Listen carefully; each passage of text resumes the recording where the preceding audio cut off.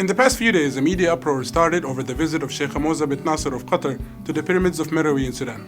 Egyptian media rushed to showcase their astonishment that another country could have pyramids. سمعنا إنه السودان فيها أهرامات. في أهرامات السودان جنب علبتين نستو كده. دي جبنة مثلثات.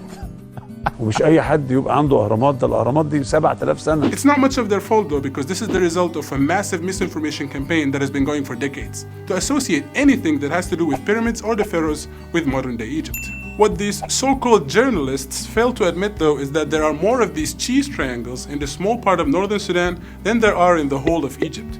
220 of them to be precise. You see, Meroe was the capital of the historic kingdom of Kush, and much like the Egyptian pharaohs, the Kushite kings and queens were buried in these tombs alongside their golden jewelry.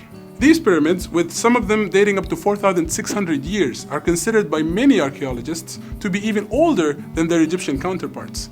But thanks to Sudanese neglect, combined with an Egyptian strive to conceal information about their existence, they were widely overlooked. Although it is frustrating for Egyptian media to try to demolish and obliterate all Sudanese history and culture, it's not unprecedented. Over and over again, Egyptian journalists have been falsely claiming that Sudan was occupied by Egypt. Some went even as far as to eradicate all Sudanese history by claiming that Sudan is an extension of the Egyptian state. الأراضي السودانية بالكامل كانت تبع مصر. أساساً ما فيش بلد اسمها السودان، ده السودان ده جزء من مصر. اسكت عشان السودان أساساً مصرية.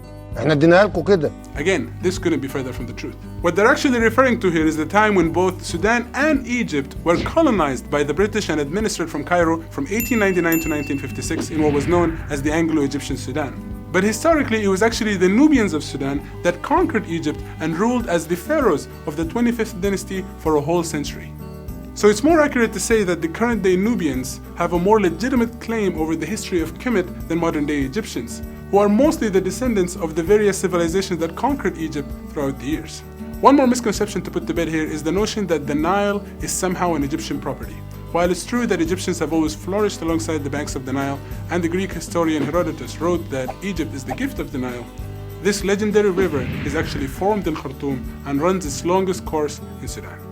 Sudan is a rich country, both geographically and historically, and any attempt to deny that would only portray your ignorance, Mr. Journalist.